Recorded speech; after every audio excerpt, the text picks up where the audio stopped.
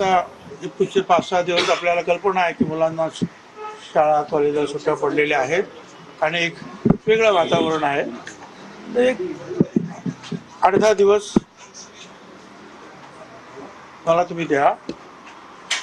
8-10 दिवसानंतर आपण पुन्हा भेटू आणि निश्चितपणे जे आहे काय ते एक चांगला मार्ग जे आहे याच्यातून निश्चितपणे आपण शोधून काढू. आणि माझी आपल्याला विनंती आहे, असं सुद्धा सांगा सगळ्यांना, ओबीसी नेत्यांना, मी जरूर त्याच्यावर साधक बाधक विचार करतो आहे.